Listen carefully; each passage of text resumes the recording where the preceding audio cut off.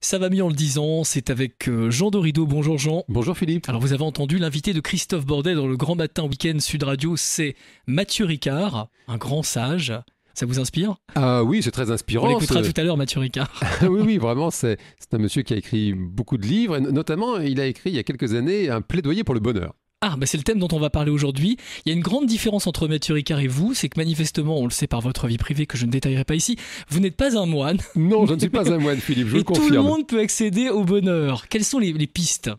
En fin de compte, il y a différentes pistes. Les psychologues qui travaillent sur le sujet du bonheur observent que, contrairement à ce que l'on pourrait s'imaginer, la source du bonheur se trouve davantage à l'intérieur de soi qu'à l'extérieur. C'est un piège dans lequel il est très facile de tomber que de chercher la source de son propre bonheur à l'extérieur, à travers les objets matériels que l'on peut posséder ou même des relations affectives que l'on peut développer, même si tout ça, bien sûr, peut faire beaucoup de bien.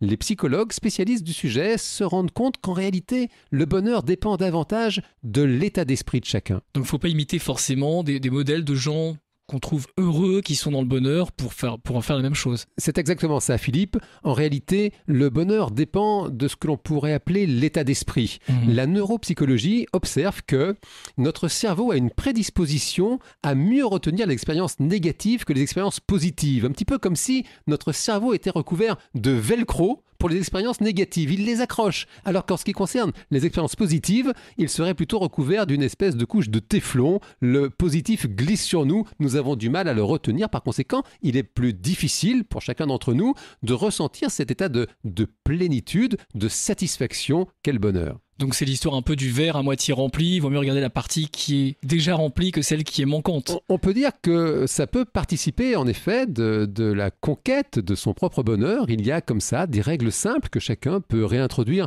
dans son existence. Pratiquer effectivement l'optimisme autant que faire se peut, ça fait du bien.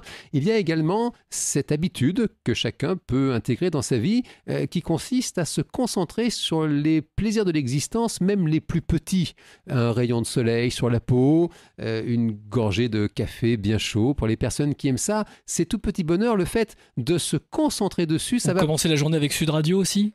Ça peut en faire partie. J'allais y venir, effectivement. Ça fait partie de ces petites choses du quotidien qui, en réalité, lorsqu'on prend le temps de vraiment se concentrer sur elles, va participer justement à retirer cette couche de téflon et à développer ce sentiment du bonheur chez l'individu. C'est bien gentil tout ça, Jean, mais on n'est pas tous égaux. Certains ont davantage de problèmes, de tracas.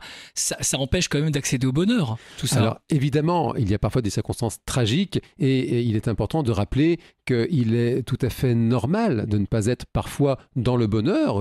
C'est important de se protéger d'une espèce d'injonction au bonheur. Toutefois, la psychologie, notamment dite positive, observe depuis maintenant quelques années que la pratique de la compassion, la pratique également de la gratitude développe chez chacun cette prédisposition qui est une prédisposition biochimique. On est moins centré sur soi en fait. On est moins centré sur soi et on fait davantage d'endorphines. Le cerveau fabrique davantage de biochimie qui rend plus accessible ce délicieux sentiment de bonheur que nous souhaitons du fond du cœur à ceux qui nous écoutent.